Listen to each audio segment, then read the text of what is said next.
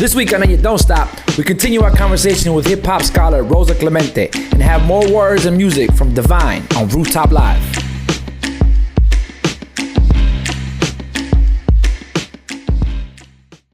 "2008 was a historic presidential election, but the corporate two-party system virtually ignored the significance of the Green Party ticket, led by two black women, former Congresswoman Cynthia McKinney and activist and scholar Rosa Clemente. If you want to see an end to the Iraq War, if you want to see real change, then you gotta have the courage that Rosa Clemente has, that Cynthia McKinney has. You gotta help to create an alternative political party. It happened real fast, and when I got the call from Cynthia asking me to run for vice president, in 10 days we were in Chicago and got the nomination from the Green Party.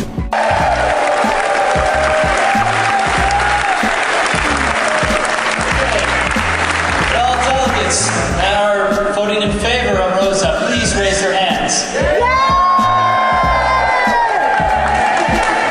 Any against? Abstentions? Rosa is the VP candidate. I had been a Green Party member for a long time. I always stand with their platform, their vision. I had respected Cynthia for a long time, had a relationship with her. She was one of the few actual black people in Congress that embraced hip hop. She had a hearing on political prisoners. She spoke out against what was going on in Vieques. So, it was if that's what an elected official is, that's what I would want to be, basically. So, we ran, and I was also naive in not understanding the blowback or the backlash we would get, not as just women of color and that, but what really happened was at the end, many people who I would have considered progressive or left, I realized we're really never progressive or left, and it really made me understand what a liberal was. And so many people that call themselves revolutionary or nationalists or progressive, were in the Obama camp. I don't necessarily see as people are wrong. I understand the system we live in. I understand the media. I understand the fact that they only prop up two parties in a democracy, that they don't want to hear people like us. I understand people's want to hope that he was going to be better. A lot of people believe that him as a black man would override corporate politics and all of that, and it doesn't. I get it now, so I don't try to be snarky and be yeah, we were right. But in some ways, I think we did change the game, and I think when the history is really written about her run and my run, that at least we could say there was an oppositional force to these moderate neo-colonial, neoliberal policies that came out of his administration. I would only run again if I thought I could win, but the win would have to be something that the people were asking for. And to be honest, a lot of young people, and I think rightfully so, are rejecting electoral politics. So no, right now, I think my job is to follow where young people are going right now in this growing movement around Black Lives Matter. And I think this is an important moment, and I kind of see my role at the moment as empowering them, trying to get resources to them, and as a professor currently, trying to engage those young people that I'm teaching to be the next line of organizers and activists. I don't feel my role is limited in the academy, but right now, as I'm at Cal State LA, in a college that's predominantly working class young people of color, I see my role as turning them on into organizing and activism and scholarship. If they're coming through my class, they're gonna understand that they're not there to get a job. Ultimately, we go to school and we wanna have careers, but their job is to become critical thinkers and be intellectual and question authority. And so my job as a professor is to show them that you can do that and still achieve success, and kind of break that whole narrative of what success looks like. That it's not monetary, it's not the things you have. It's really what you're choosing to do every day to uplift your community. You put out some real dope music as of late, you know what I mean?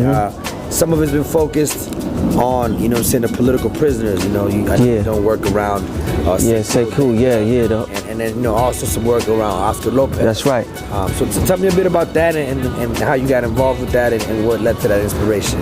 Well, the whole thing was, you know, like, in the whole Divine RBG and the whole revolutionary but gangster movement and the whole People Army movement, I always, you know, felt held responsible to represent the brown and the black and brown and be like that certain bridge. So when we speak about political prisoners, you know, I always like to, like, you know, be able to shout out, you know, Puerto Rican political prisoners, you know, like Oscar Lopez, you know, that I feel like people are not just remembering, you know, and it's real hood. The whole thing is that there's brothers that done sacrificed their lives, man, for us to be out here and be able to walk the way we walking with certain freedoms, man.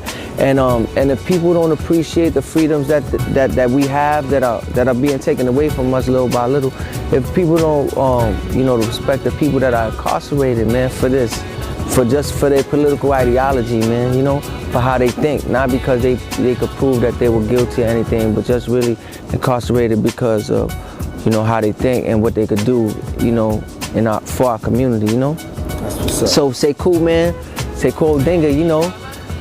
M1 of Dead Prez, M hit me up, was like, yo, you know, get on this record, you know, that we doing for Say Cool and Say Cool's committee and Dequi and yo, and I just want to say that song we did it out of love, you know, and it just sparked the energy, man. It was conspiring with the whole thought that Say Cool had to come home and Say Cool had to be free like many other political prisoners, and now Say Cool's home, man. That's crazy. And it's like, so it's like that record is like forever, like a part of a whole 34-year fight to free him. You know what I'm saying?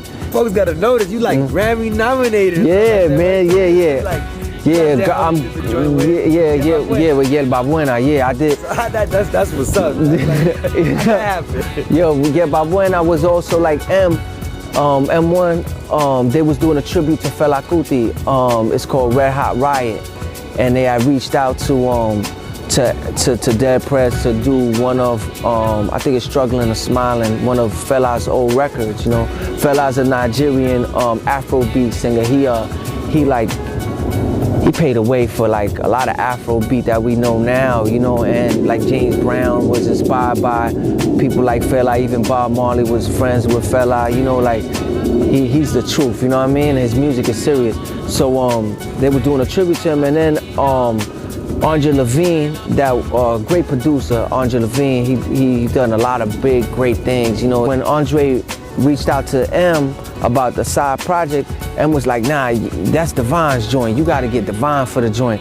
So I went into the studio with Andre Levine and we made a big record, you know what I'm saying? Like we opened up for Dave Matthews, rest in peace, Celia Cruz, opened up for Celia. I did a lot of things. I did The Garden, opened up for Juanes at Madison Square Garden with them. You know, so that was like a part of my life where I showed my parents that, you know, cause I'm Puerto Rican, they really, really appreciated like that whole thing. Like, yo, you made a record that I could vibe out with my friends with, like, and we can listen to, that we understand it. You know, so things like that is what led to the day, you know, cause I felt strongly about representing us as a bilingual community all over the world. Tú sabes lo que yo no entiendo, la policía nunca viene a tiempo y siguen jodiendo y jodiendo y siguen la gente muriendo. I'm from a third world country, the Bronx is like Brazil. The murder rate is up out of youth cause they do kill. Killing cause of pain, they feelings is too real. Living for the last 3 days on 2 meals. Life is black and white, refrigerator with no frills. Things ain't looking good as life is dense ill. At the age of 9, they committing their first crime. On the way to juvie like it ain't his first time. But I don't give a fuck cause of youth, he ain't mine. That's how his father's acting, I'm lying, I'm still trying to reach the youth with hard beats and rhyme. Cause it's hard growing up when your school's Columbine. Tú sabes lo que yo no entiendo, la policía nunca viene a tiempo.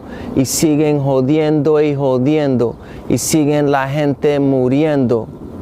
The Bronx, police murder people and get away with it. Coke ain't never left the hood, they stay sniffing. Old lady still out the window snitching. We out here playing with the hand we was given. The Bronx, yeah, we got about 3 or 4 prisons. Rikers Isle got about 7, 8 buildings. ACS, BCW take away children. The prison industry is still making a killing. And the homeless rate here is higher than ever. It's the same old struggle to make it better. Couldn't commute in these shoes through the weather. They stole my coat the first day we moved in the shelter. And it's only getting worse. You know it's hungry when it hurts. Damn, wouldn't think he'd be eating food from the church. Tú sabes lo que yo no entiendo. La policía nunca viene a tiempo. Y siguen jodiendo y jodiendo. Y siguen la gente muriendo.